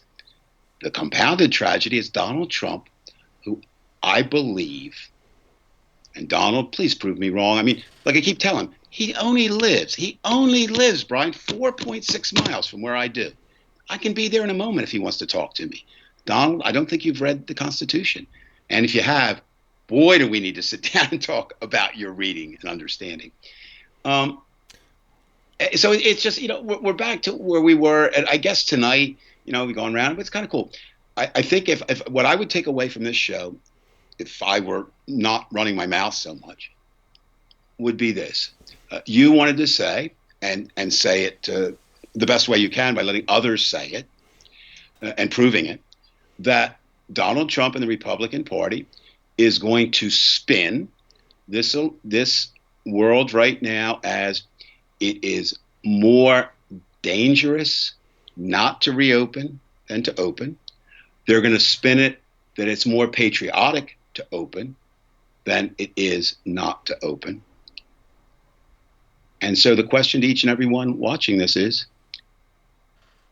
do you believe the scientists who really don't have an agenda other than science? Now, if you want to say a lot of scientists don't believe in God, yeah, okay, that's right. But as far as agenda, they really don't. Right, okay? They don't have an agenda. Science doesn't. Except for Dr. Birx. I would think that Dr. Birx has... Look, of course, once you align with right. She's from the Philadelphia area, too, which is kind of strange. You're part of the 3% of scientists who say, right. Global warming, climate change. I mean, you got an agenda, but I mean, science itself does not have an agenda. And Dave, I have to say this. I can't not say this, and I know you might not. Well, you've called me an alien because of my thinking sometimes. I called you an alien because you shaved your damn head. Okay, but as you know, I don't want to say it's my alter ego, but I spent a considerable amount of time in the Soviet Union and in Russia. Correct. And I've seen I've been there during the coup. I understand their government. I can ask you a question I've never asked you, Lavender. Did you have sex with any Russian women? If so, how many? And are they as good as the ones that send their pictures to me? No, go ahead. I'm sorry. That's for another show. Okay. We're going to do You a show can ask on me Brian that in and 40 sex. years, okay? And I'll tell you the truth in 40 years. Okay, but again, getting back to what I was saying, I know my friends there, my contacts, and I know some crazies there too. I look at the very government they have and say, look, this has been going on for 100 years. This suspicion about the government, the lies and the cheats. And I always feel like what Rousseau, like we're at the veneer here, and you keep saying, well, you know what, they're going to look and they're going to make the decision. Are you better off now than you were? No, I didn't say they're going to make the decision. I said they should. They should. They should. But I think we're so close, and this goes back to what Joey said. We're so close now to having this Russia thing happening, whether it's little Russia in Florida now with manipulating the numbers, whether it's letting Michael Flynn, and by the way, I said this on the reality report, but Michael Flynn, 60 years ago, probably would have been executed. He would have been worse than Kim Philby. He would probably have been executed. And you know who would have led that execution squad? The Republicans. But right. Absolutely. I'll say that. That's like them saying that the Republicans ended slavery. They're true, but it's a reversal. It's a reversal. Correct. Well, you can't look at politics 20 years ago, maybe even now a decade ago, and say. Well, it's just that. What has happened, and again, I don't want to make this an entire show on this. This is just a brief comment. What has been happening with Bill Barr does have me scared, as it should. And again, we keep thinking that like you say, I'll have a gentleman's bet at dinner that Trump's going to lose in November, but he keeps winning, and that's what. Was it John Rowe? I interrupt you there just for a second. I'm only going to make a really short comment. See if you agree. Okay. First of all, I agree with you. He does seem to keep winning. Right. But let me ask you this. Don't you keep living till you die? Yes, indeed. Okay, so you keep winning until you lose. And I want him to... anyone in the world, history, who ever won. And you know what the ultimate win is? Not to die. Okay. Right. So that's right. Show me anyone who is he winning now? Yes.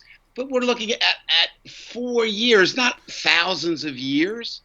Not thousands of years. And Brian, the other thing, I said one, but of course I always lie. The other thing I want to say is a lot of people believe that America's going to last forever. Who says that? Right. Who says that? Right. Maybe we are on the road. Well, let me ask you this, Dave. Yeah. Sure. If you were 20 years of age and this were going on, and all of a sudden Trump started a war with the Chinese, right? And somehow the war got really tough and on, and you really hated Trump and you knew he was lying, at some point would you say, you know what, I kind of want them to beat us because I'm just so tired of it. And it sounds sacrilegious. Where would you go with something like that? Oh, it's a thought experiment. I got you, no problem. I'll use reality. Let's use Vietnam. All right? That was my war. And you know what I did in my war? Not go to Vietnam. I still wonder. I had a friend once, a very close friend, who said he felt somewhat like he missed something by not going. And I smiled at him and said, yeah, you missed a chance to get killed. Right. I wasn't being smart. As I look back on that, you had really three options at that point. You could go, right? You could run, Sweden and Canada being the places of most choice. Or you could go to prison. I would have liked to have said, and I would like to say it today, that I would go to prison because of what I believed in. Now, I think I would have opted for plan B, which was to leave. Now, we don't know because it didn't happen. I was one of the lucky ones. I had a student deferment all the way through, and then my lottery number was in the 300s. So, that was avoided. So let's get to this new war now. I would look at any war that the United States was going to fight, any war. that the United States was going to fight and say, why are we fighting it? Why are we fighting it? Now, why do I say that? My father enlisted in World War II. I think I would have enlisted in World War II. Yes. But I don't think I would have enlisted maybe for the ways that the others did. I mean, I don't know. Certainly, we the majority enlisted when Japan attacked us, which was pretty bad. I think I would have hoped I would have been smart enough to enlist if I'd found out about it when I heard about Hitler. Well, that's what my father did. My father enlisted prior to the war. Oh, you saw that in the Yes. what was this? The show we were watching, the Philip Roth. Right. My father, he caught on quickly. Well, that's what I'm saying, and some people did. My father volunteered, was not drafted. So, am I saying all wars bad? No, but I think all wars have to be looked at in perspective. So, is there such a thing as good wars? Yeah, I think. Has America fought some? Well, probably the American Revolution, if you believe, in American freedom. The Civil War, the South doesn't agree with that. But if you believe that the North had a more moral and just cause, and sometimes that's overlaid later. Let's not get into, all the reasons. It was an economic war. I mean, but there were some moral implications. Absolutely. Slavery was bad then. Slavery is bad now. The way we treat Black Americans then was bad. The way we treat Black Americans now is bad. All right. And I would say that World War II. World War I's kind of that. Really iffy there. Yeah. Iffy, but there.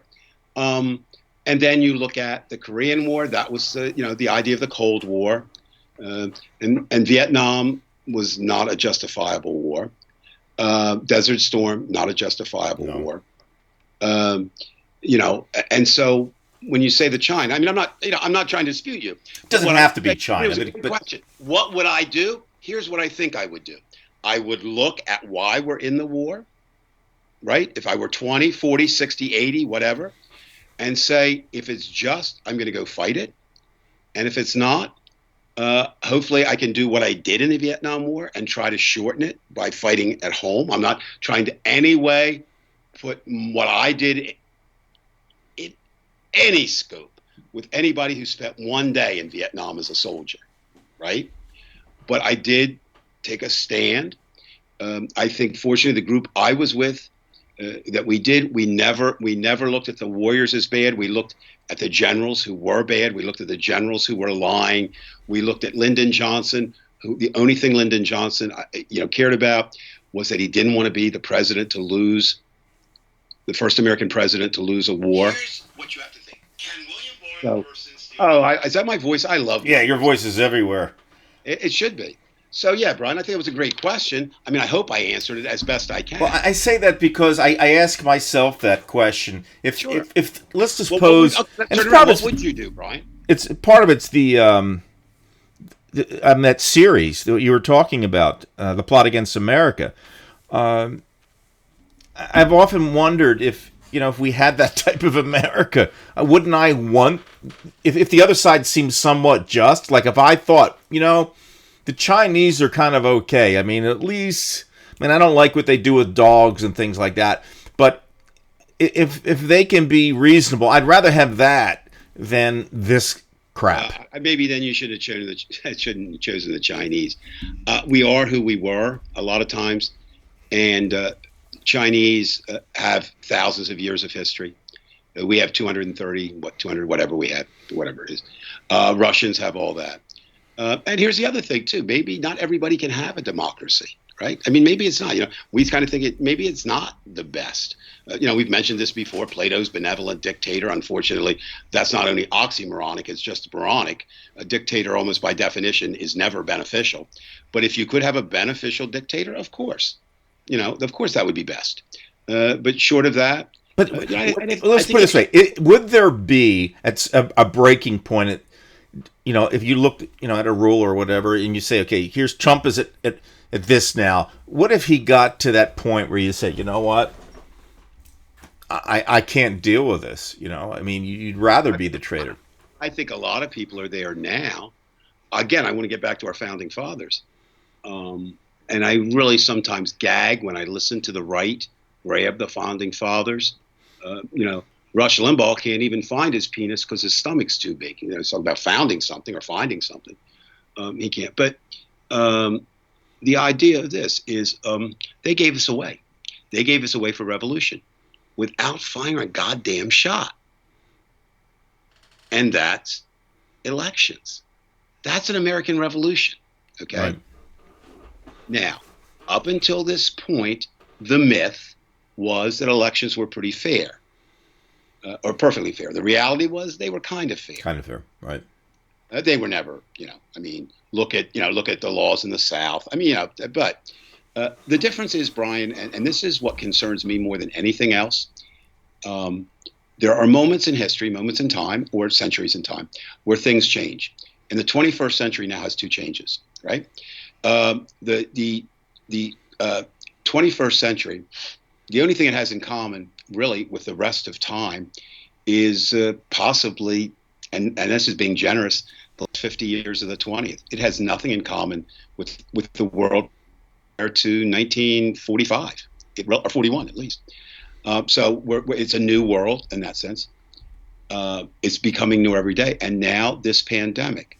I think the woman, I'm not picking on the Cats woman, but didn't she say something like, nobody could see this coming or something like, I mean, some of that effect. Well, yeah, a lot of people saw it coming. Science fiction writers saw it coming. Scientists saw it coming. Health experts saw it coming. Right. Did I see it coming? Well, you mentioned it to me. Remember, you said you had a discussion with somebody a couple of years ago, and they talked about the top 10 ways that yeah, well, I did. the Earth could destroy itself. Shout out to the old Washington, D.C. that I'll never see again. One of the greatest things about living in Washington, D.C. was it was living here, and if you have time, right, I wouldn't want to work here. I had time. It is the greatest graduate school I could imagine going to, right? Any subject you want is out there, and not all the speakers are as bad as I am when I speak at the Smithsonian now. But the idea of it is this. Yeah, I heard this guy. In fact, his name has resurfaced now, and he talked about the dangers, right, that face the world. He listed the top 10, and what was at the top of his list? Pandemic. And the reason for that, Brian, is very simple. A nuclear holocaust is bad. Climate change, all those things are bad, right? But the idea of it is a nuclear holocaust can be limited. You can't fight a limited war. I mean, we don't know about nuclear winter and all those things. But I mean, people are going to die and stuff. The climate change, it's horrible if we don't change. We are going to end the Earth. And we can see, Brian, how resilient the Earth is in these 3-4 months. Things they've gotten better environmentally, because we're not messing with things. We're not out there with cars and stuff. But the idea of it is the pandemic, it's a virus, right? And a virus doesn't care.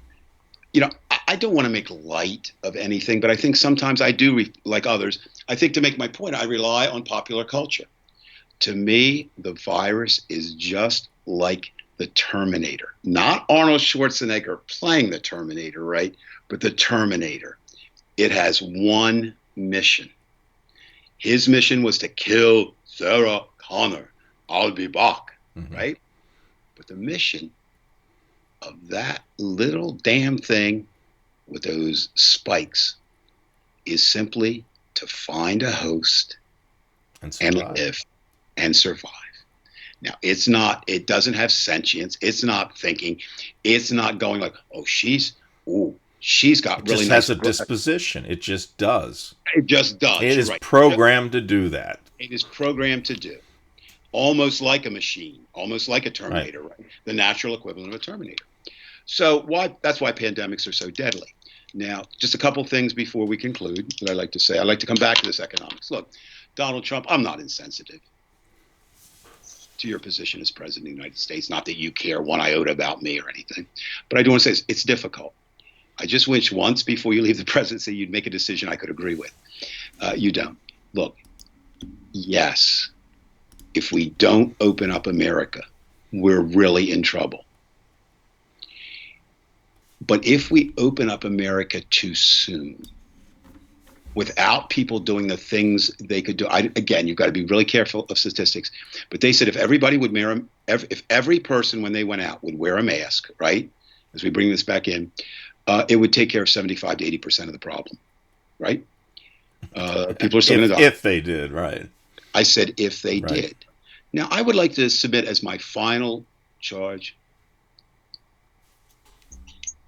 if you're not going to wear a mask, I have a Facebook page. I have that's my personal page. Anybody's welcome on there. Just look up my name. I have a kind of an an anti-Trump page called Anybody But Trump 2020. Fear and Loathing in the White House. Stole that, Hunter. Hunter was one of our great writers, Hunter Thompson. Join me there. And here's what I want to talk to you about. Please come on the show. I have a question for you. It's a very simple question. I'll answer it I'll answer mine. Why do you wear a mask? I wear it for 2 reasons. I don't want to get the disease if I can help it, but more than anything, I don't want to spread it. That's one, right? That's wrapped up in one. The second is symbols are important. I wear a mask every time I go out, every single time I go out, and I'm hoping I send this message, whether you receive it or not. I respect your right to life. Got it. I respect your right to life. Hear, hear. All things being equal, I'd like you to respect mine, but I can't control that. But I can control that I respect your right to life. Right. Now, to anybody who goes out without wearing a mask, why don't you wear one? I'm not posing that to you. I'm saying that. Right. Why don't you wear one? I'm sure you have your reasons. I don't know. Maybe I'm missing something. Maybe there is a valid reason not to wear a mask. I saw one today. One last shout. I keep saying, if anybody gets down here to Crystal City, you got to go to We the Pizza. That's my favorite pizza parlor in all of D.C. There's one on Capitol Hill. It was my favorite when it was there. Now one opened in our block. Wow. Anyway, I go down there a lot, and I stop and I get a soda and I talk to the young men there, simply because that's socialization. It's one of the few places I get it. And they were showing me today. I don't know. We actually got talking about homeless people, and I know them because I'm walking around a lot doing stories. And they know them, and then we got on the subject of safety and store safety and wearing masks. And young men, they had Reddit, the website, and they showed me this video of this woman who, and don't ask me the store. I don't know if it was Walmart, Costco, it was some like department store, and she was demanding to get in, right? And she said, "Look, I have it in writing from my psychiatrist that I can't wear a mask.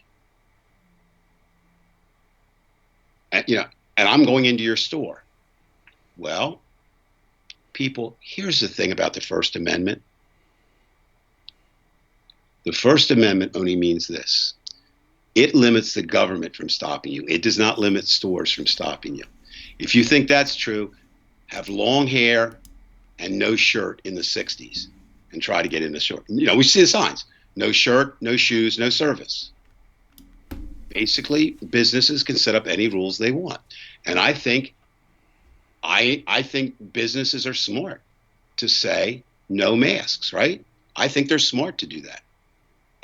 They'll get citizens in there who are relatively good people, right? I mean, I'm not saying everybody who doesn't wear a mask is a bad person, and I'm not saying that every person who wears a mask is a good person. I still look at them like if they're an ATM machine and going. But there is a certain degree of irresponsibility and lack of respect when you don't wear the mask.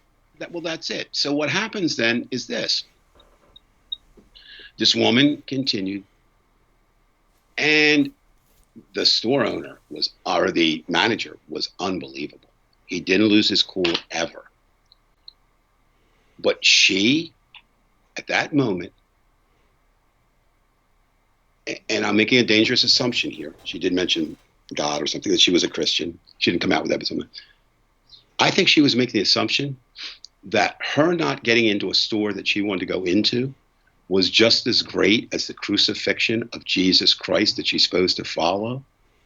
Let's do that for a minute, kids. Let's look at that. If you're a Christian, did Jesus say, "Oh, this is wrong. I don't want to be crucified"? Oh, no, this is wrong. He did it. And why did he do that?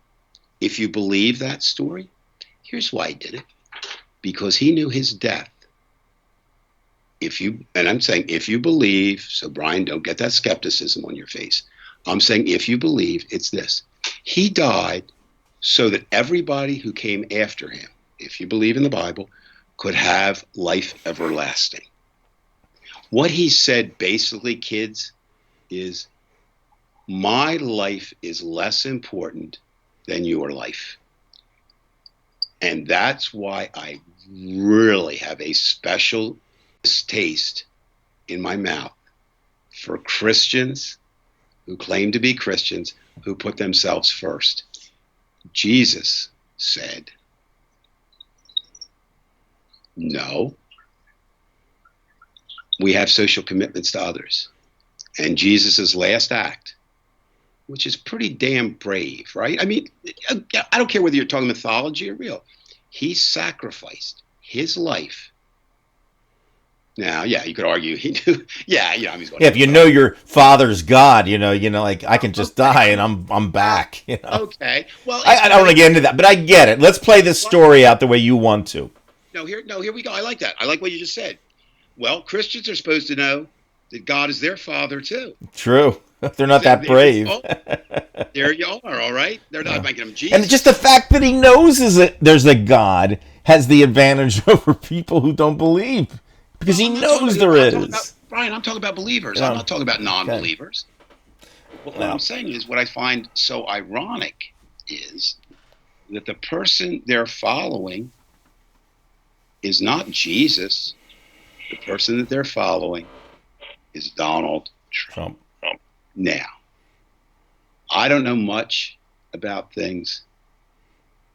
I don't know whether Jesus was real or not. I mean, I can't tell you he wasn't or was the Son of God. I have my beliefs, right? But I'll tell you this, whether Jesus was a made-up character or Jesus Christ was the Son of God, Donald Trump ain't him. And so the irony of the thing is you're going against the people as a Christian. If you're following Donald Trump and you're not wearing a mask, which he tells you not to do, and you're following in any way, shape, or form, I really do feel some pity for you. I really do. Because you really don't understand what you're claiming is your lifestyle. I am a Christian. Hate to break it to you, kids. You ain't. Enough for me, Brian. Why don't you close this out? I'll close this out by saying, Dave, isn't it a bummer when a pacifist socks you in the jaw? No, I like that. There's a good show. No, you know what? That might be a topic if people will write in. We'll only do it if people will write in. Okay. Right on my Facebook page. Here's the thing. What should be your response? And we're not going to equate Adolf Hitler to Donald Trump, but let's talk about a fact. If you feel that your leader is headed down that road, and we can get into a little bit, we maybe bring in a little bit about the fictional David Simon or the Philip Roth story that we talked about. Right. In other words, what do you do if you believe in peace and love and understanding? How do you confront evil? What should you do? Right. What is your moral responsibility? Dave, if you remember from Plot Against America, I know I'm spoiling this if anybody gets a chance to see it, but one of the most I would recommend everybody touching scenes is when the wife tells her husband, you are responsible for him. We are responsible for that kid who's alone in a house whose mother was just murdered and burned in a car, and he has to go down to Kentucky to get that poor kid who's, 10 years of age alone in a house. And they went down, that you are responsible. They could have said, fuck it, but he went down. She ordered him. And I think, again, we keep saying we're going to end this show. Ladies and gentlemen, we'll probably go to 3 or 4 a.m. Brian has nothing to do, and neither do I. But no, the idea is, I just think, again, and it's so obvious to me, Brian, that I don't get why other people don't see it. You know me fairly well, right? Yes. And a lot of people think my ego is huge. And I deny that. I say, no, I'm pretty humble for as great as I am. We make a joke about it. Right. But as egotistical as I may be or not be, I know something. I'm not alone. This is not me imagining that my wife is getting mad because I've set up my studio in the bedroom and she's ready to go to sleep and she's brushing her teeth and is going to come out here and holler at me. Yeah. I'm not imagining that. She's real. I'm not imagining that I'm looking at you and you shaved your damn head for whatever goddamn reason. I'm not imagining that we did this show tonight, 2 people, So what I don't get, Brian, and I'm not asking you to answer it. It's rhetorical. Mm-hmm. But I think it's such a big. If I'm not alone, don't I have some responsibility to others? And I don't know how you would answer. No, I do not. And then the question is not, do you have it? The tougher question is then, what is my responsibility to others? Where is that line? If somebody comes up and I have $1,000 in my wallet and they ask me for money, we could go all that. But I just don't get it. So again, a challenge to anybody out there who doesn't wear a mask, please come on. Thousands of you would be great. I'll try not to make fun of you. I try not to when I argue. Sometimes it's hard. And the second thing is, if anybody out there could say, no, I have no response. Oh, wasn't there somebody who said that? I think it was in 1600 Pennsylvania Avenue. No, I don't have any responsibility for this. Right. No, that's wrong. We all have a responsibility.